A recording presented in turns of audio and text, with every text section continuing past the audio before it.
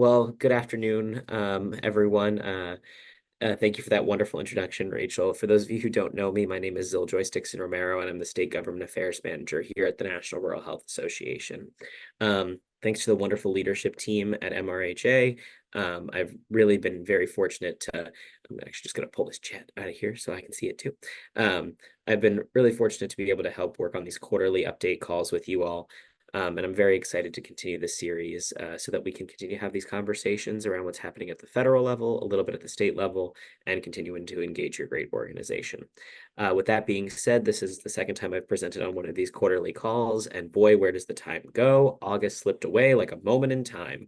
So we're going to kind of move right in. I'm just going to do a little introduction about what NRHA is, then move into our agenda.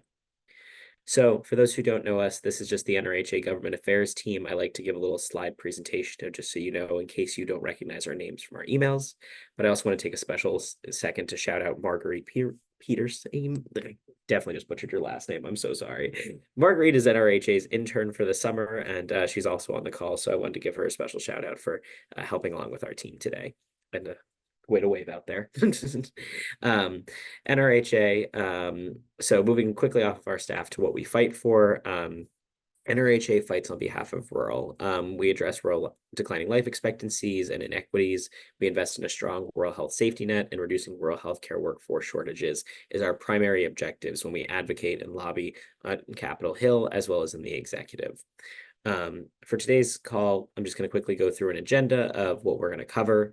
We'll start with a federal election state of play. We'll cover a little bit what's been happening in the election space over the last couple of months. Between our last advocacy call and this one, I don't know, quite a bit may have happened, wasn't really paying attention.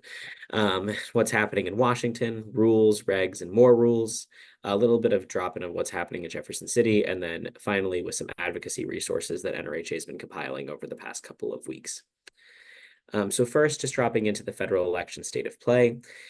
For those of you who have been on a remote island nation and with no access to wireless internet, congratulations, you may have missed pretty much everything that's been going on in the election.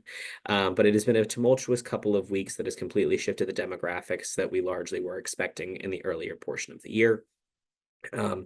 Wrapping up both of their conventions earlier this month, the Democratic nominee has shifted from incumbent President Joe Biden to Vice President Kamala Harris, with former President Donald J. Trump is the Republican nominee. And as we look into the Veep stakes, both of the candidates have chosen individuals that are aiming to appeal a little bit more to Western, both with at least some background in the policy of healthcare rural space. So these were both positive things we could see from both sides of the ticket. Looking into sort of an expectation of what we're expecting to see come out of the election, the path to 270, specifically in the presidency, has become increasingly harder to predict, and now is formally just a too close to call, at least from NRHA's predictable standpoint. The transition from incumbent President Biden to Vice President Harris at the top of the Democratic ticket has opened up a series of states that were previously leaning toward former President Trump. And so we say that there's about roughly 7 states now up for grabs in this sort of modern political environment. So the expectation is that either candidate will target both urban and rural communities in those 7 states as we get a little bit closer to the election. Shifting off of the presidency into the state Senate and House elections, if polls are to be believed, the Senate now runs squarely through 2 states, which is Montana and Ohio. The Democratic Party would need to win both seats to maintain control, and they would have to win the White House to get to that tie-breaking vice presidential vote. The Republicans would only need to get one of the 2 Senate seats, with the expectation that they are going to flip the West Virginia Senate seat that Joe Manchin is retiring from. Noting here that Missouri also has a Senate elections, we expect that to be a squarely red, safe seat, and expect Josh Hawley to improve on his margins from the previous election cycle in 2018. Moving into the House predictions, the House is a similarly hard predict, but there is a bit of a leaning tilt toward the Democratic Party on this side of the chambers. The House has about 23 seats that are up in the toss-up category, which makes the predicted 8-vote margin very narrow for a winning majority. Both parties are really laying aggressively into select seats, which you can see in the map here. We expect the Democrats to pick up seats in California and New York due to redistricting, which should give them the advantage going into this election cycle. Looking at current state House and state Senate makeups, I just list the party controls here. We don't expect the party controls to come out very different at the end of this election, but this is just sort of a map visual so you can take a look at what it looks like currently, and now here where the contested seats should be. We expect for state Senate party control and state House control, both of the Missouri chambers should remain the same based on what polling indicates at this time. So that's a little bit about where the federal election cycle's at as we are looking at them across the board. So moving out of just sort of a predictions into what we are doing in the advocacy work, I'm quickly going to just drop the link to NRHA's advocacy page on how to get involved so that all of this information at least is in various different forms for you to collect. So what's happening in Washington, the congressional context? I'm going to go ahead and start us off in this section with fiscal 25 appropriations updates. The Labor HHS Appropriations Committee in the House passed out of committee, and we saw substantial wins for rural health. Every single line item that NRHA was appropriating for, specifically around rural hospital stabilization pilots programs, the CDC Office of Rural Health, our Corp, our Moms programs, all were funded way above our expected fiscal 24 levels, which was a huge win considering what we would describe this as environment to be a very budget conscious and tightening of the bootstraps here. So with the bill that passed out of the House committee, we saw an additional $36 million for the Federal Office of Rural Health Policy overall, which will be a substantial increase to go into a variety of different grant programs that we expect to be funneled down through a variety of different channels and hopefully will be a bigger impact on your communities. That being said, this is just the bill that cleared the House. The House canceled the vote on this specific piece of legislation before the August recess broke early. So we expect there seems to be some resistance to the final bill, but we expect that those packages are not under our specific provisions. Shifting over to the House side, this is where we start to see some of those discrepancies appear. The Senate Labor HHS bill appropriations passed out of committee on a bipartisan basis, which had an additional $21 million for the Federal Office of Rural Health Policy. So there's about a $15 million gap between the two. Once we get to look into the final report language and the two committees come into conference, we expect that these bills should at least equal out with an additional funding in the multi-million-dollar range for rural health programs. Additionally, there's some report language for SHIP funding to go towards cybersecurity readiness that we would really like to see come down to either the state offices of rural health, the state rural health associations, or at least some other form of grant program in which your facilities can apply. Continuing on with the appropriations, NRHA produces our appropriation tables and asks. So we have updated the appropriations tables with the new requested figures, as well as the figures that are now representative in the various different packages. I'll talk a little bit more about how you can help us advocate for rural investments with your elected officials later. But the talking points we want to emphasize is the importance of rural health programs, specifically those that are coming out of the federal office or the critical HRSA safety net programs. On top of that, there also are quite a bit of rural development grant programs that we would like to see have additional funding, but we did see them get funded in both packages at our expected rates, as well as the rate that the president's budget released earlier this year, which we covered in the last quarterly meeting. So moving out from appropriations into what Congress must do before the end of the year. The biggest legislative priorities that they really need to tackle is the public health extenders. When the public health emergency extenders were put in place, they were never supposed to be put in a permanent basis under the current legislative structure. So we would like to see Congress really push the public health telehealth extensions, which are going to come out of two pieces of legislation. That's either the Telehealth Modernization Act or the Connect Act. Those two pieces of legislation have a slightly different tilt. NRHA has moved its direct support behind the Telehealth Modernization Act. Although it only provides extenders for an additional 2 years, it does provide an audio-only component that the Connect Act does not. So we'd love to see those telehealth extenders remain permanent, or at least get extended through an additional 2-year cycle, where we might have to go through this all over again.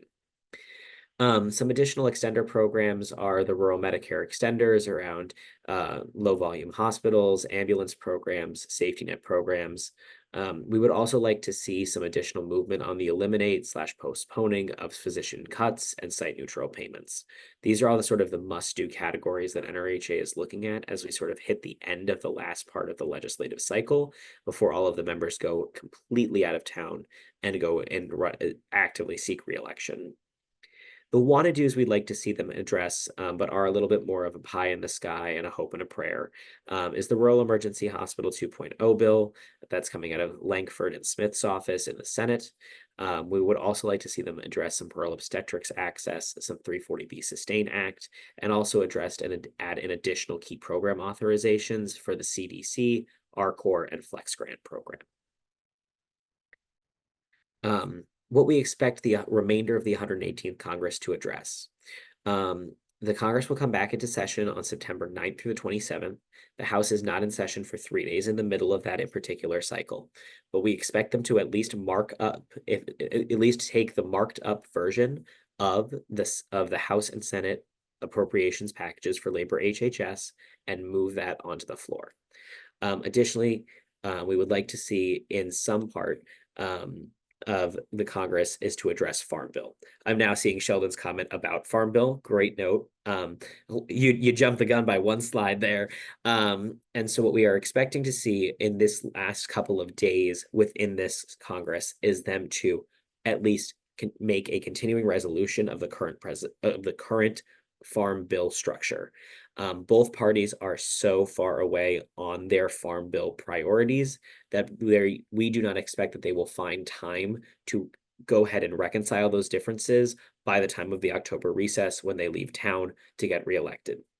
So we expect there will be at least a continuing resolution that will get them into the new Congress.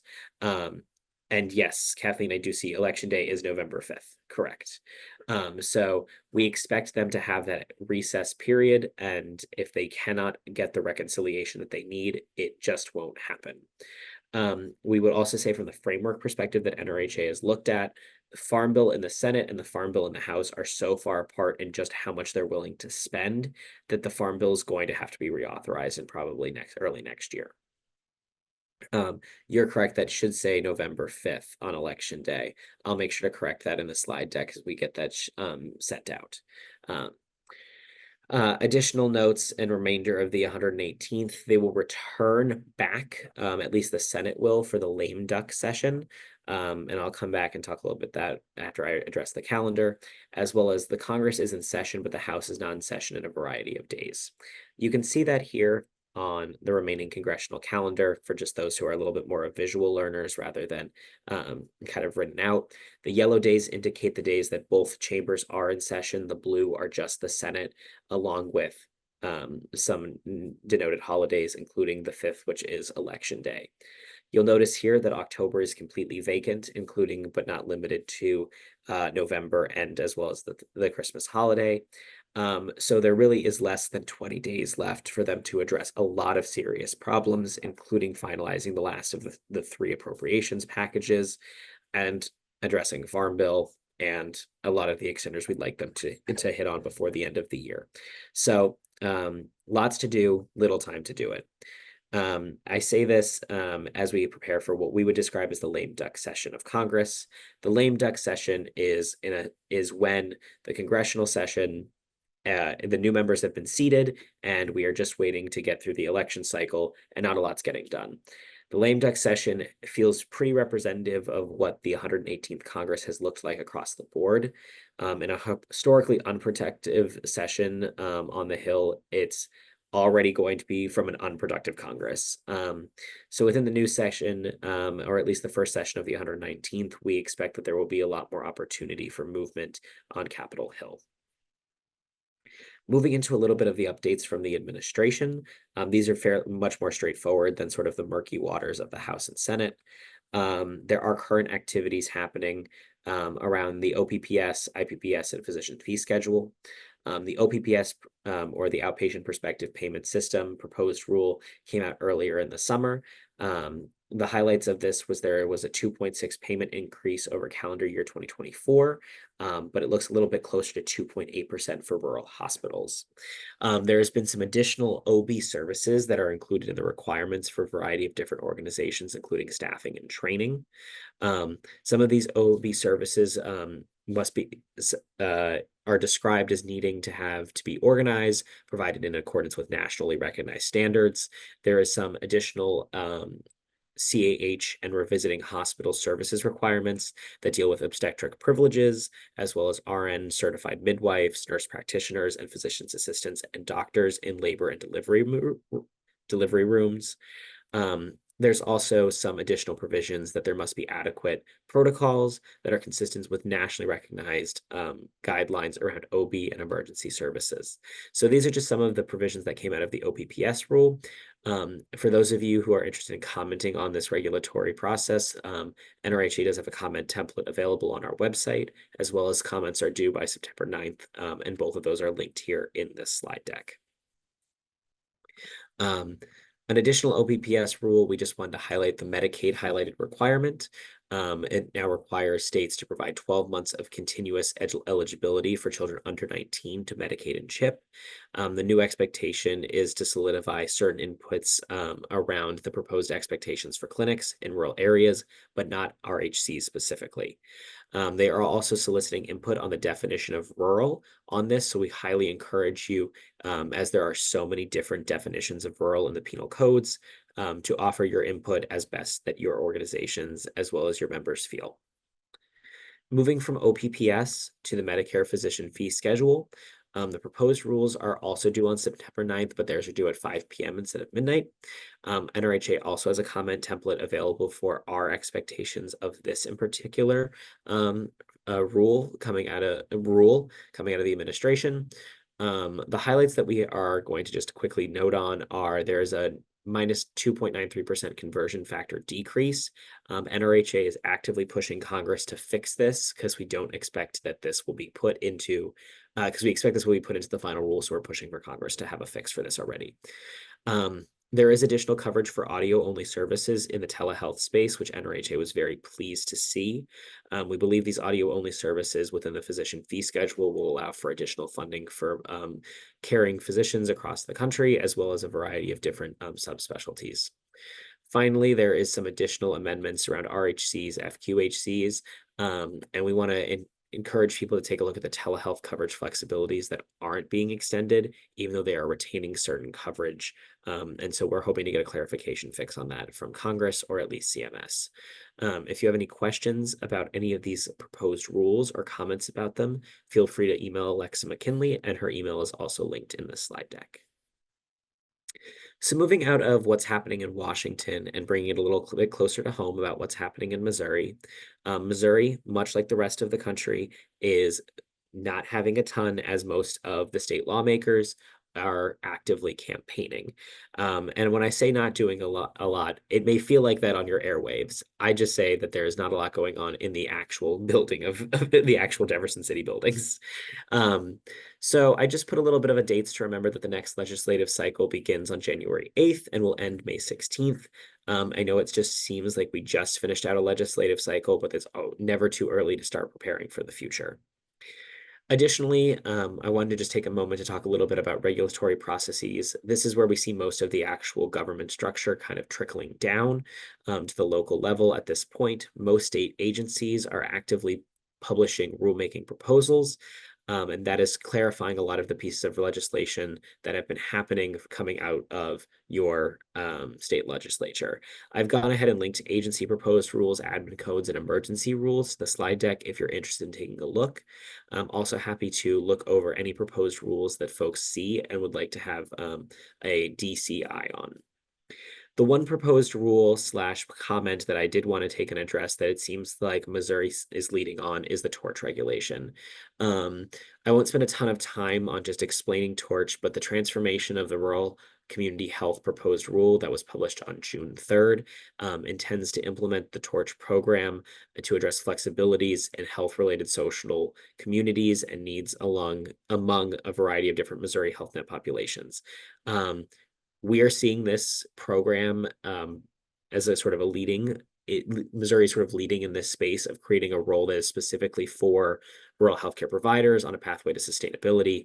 So this is a really good hub-based model that we're hoping to see work. So I say that this is more of a grain of salt, that it's great to see this regulatory proposed rule finally announce the infrastructure that should go along the Torch program, but we're really hoping to see how it works before we're starting to give it a full-throated endorsement to go around the rest of the country. I'll finally note that on the state level, NRHA does do a variety of different efforts. Heidi and Rachel know a little bit different about this, of our sort of letters of support and advocacy efforts, but NRHA also does provide support on opinion editorials and policy requests and inquiries. So I've left my email there if you have any questions regarding that. And speaking of advocacy, I'm going to be dropping advocating with us, as this is sort of the end of the quarterly meetings before we get into the full last kind of 60 days of the election cycle. NRHA has developed about a 30-page advocacy guide. This guide is something that we are really excited to present to our members and folks across the country. It's a toolkit that serves as a guide on how to prioritize advocacy efforts, specifically around rural health in an election year. The toolkit includes a variety of different things that you all can take with you when you're talking to candidates as well as members. The toolkit includes email templates that you can use to send out to your members, your district members, your candidates, on how to engage them in explaining your priorities, as well as a model that already exists that NRHA has created. We have also taken the time to do about 15 pages of campaign talking points so that you can go ahead and steal those and bring them right to engagements, town halls, rallies, etc. And also a social media guide to enhance how you're using your advocacy through social media platforms around how to advocate and uplift rural health. You can see that kind of framework that you have here. So right here, you see the how to engage with your members, kind of 1, 2, 3 talking points, a link to Ballotopia, so you can figure out who's running from the federal level all the way down to dog catcher, and the variety of different district member email templates and effective advocate points. And just kind of furthering the sneak peek, you can also see the talking points here. They're a little bit lengthy, but we're happy to, if you just print them out, they're very helpful. We use them when we talk to members here in DC. We hope that these would be helpful for you. Additionally, we have a social media toolkit on as well as some blurbs that you can go ahead and just steal to use to tell your story. And finally, we have some specific one-page leave behinds that you're also more than welcome to steal and circulate. Additionally, NRHA has a variety of advocacy campaigns going on. You'll notice that coincidentally, these 10 advocacy campaigns that you see here are on the list over here. So they are coordinated between the overview in the advocacy toolkit, as well as what we are doing. So that's how the templates for emails and letters existed. Finally, there's just some advocacy priorities and advocacy materials that we wanted to ensure that you had. And just to wrap up, the final kind of NRHA goodies tab. We do encourage you to sign up for the Rural Roundup, which is our weekly newsletter, and NRHA Day, which is our more broad weekly newsletter. You can engage NRHA on Facebook, LinkedIn, Instagram, the artist formerly known as Twitter, as well as you can contact our government affairs team at our emails here below. So I know I kind of sped run those 12